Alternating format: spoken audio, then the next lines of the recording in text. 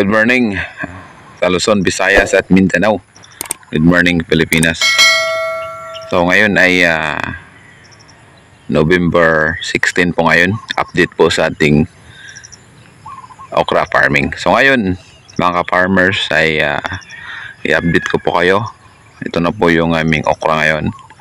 So pagkalipas ng 46 days, ito na po yung resulta, no? So ngayon ay pwede na po kami mag-harvest, no?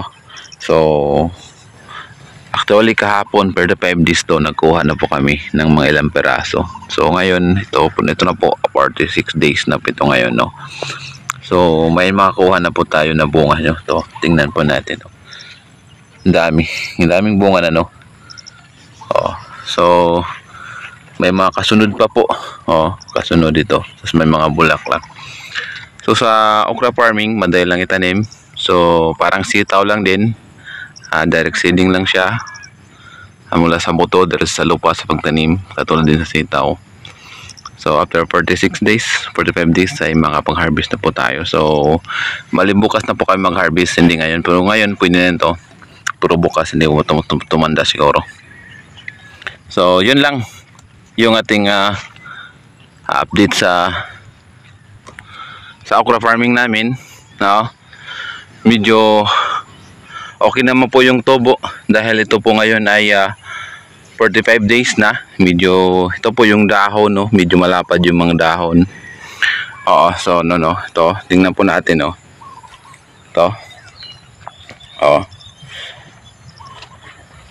Ito medyo ang lapad ng dahon, no? Maganda po yung tubo ng okra natin ngayon. Dahil maganda yung panahon dito, umulan saka umaaraw. So ito may nakita pa ako dito na dalawa po natin. Dapat talaga isa lang yung ipapatuloy natin. So katulad nito, isang puno lang yan. So ito bali dalawa po namin sa pagtanim.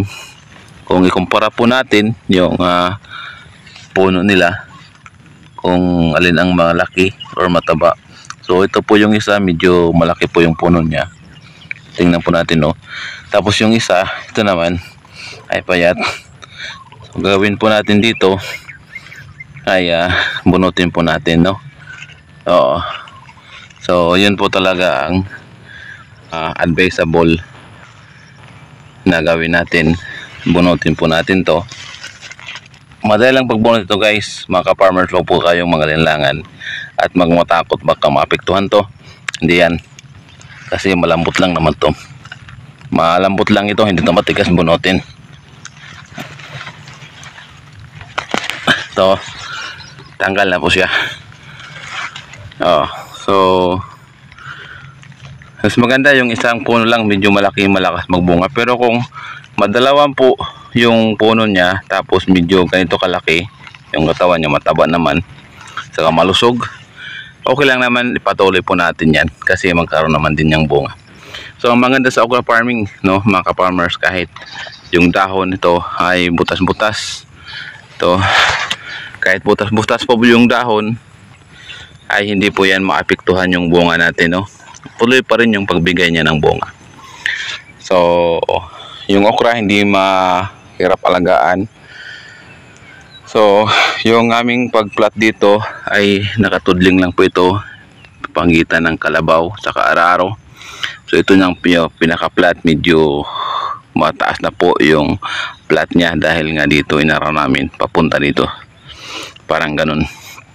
So medyo malinis po yung ating tanim. Pero nung last week ay pinatabasan po namin to. Tapos ito inararo na, medyo hindi gaano mahaba yung mga damo, no.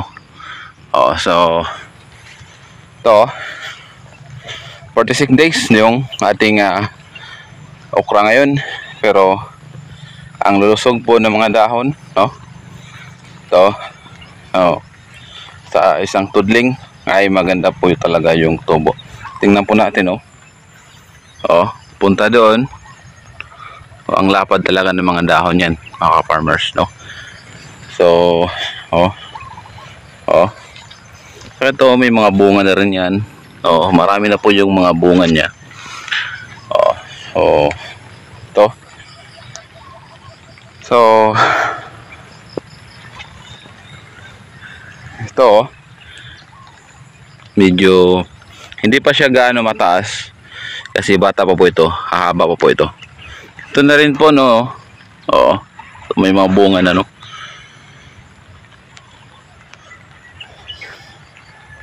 So dito naman sa kabila no. May okra din po kami. Oo.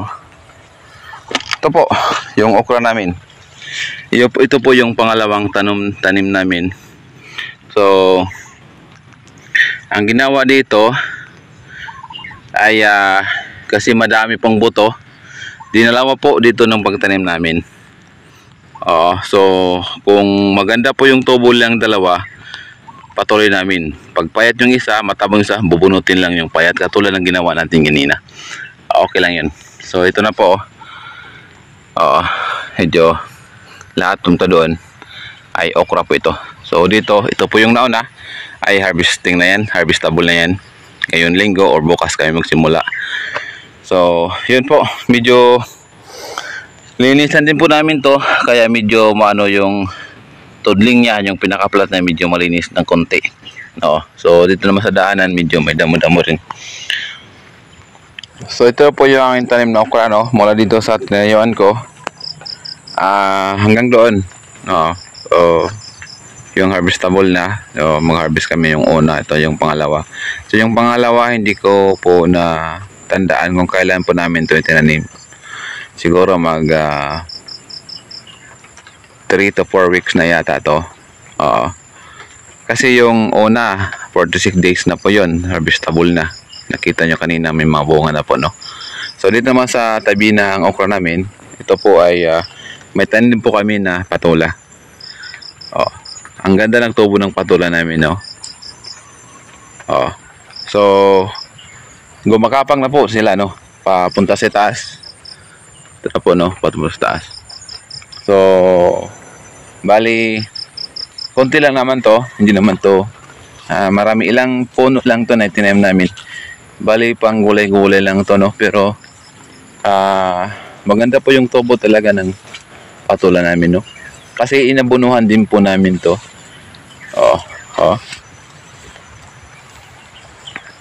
Green na green talaga yung mga dahon. Balikan po natin. So ito yung pinakabahay, yung trellis. So yun lang po, share namin sa inyo mga farmers mula dito sa aming garden, sa okra farming mga ka-farmers. Ay hindi mahirap tanim. Maliit na punan, posible malaki po yung ating kitain, depende sa panahon. Kung kulang yung supply, mahal po yung gulay. Pag maraming supply, mura yung gulay. Thank you for watching. Bye-bye po sa inyong lahat.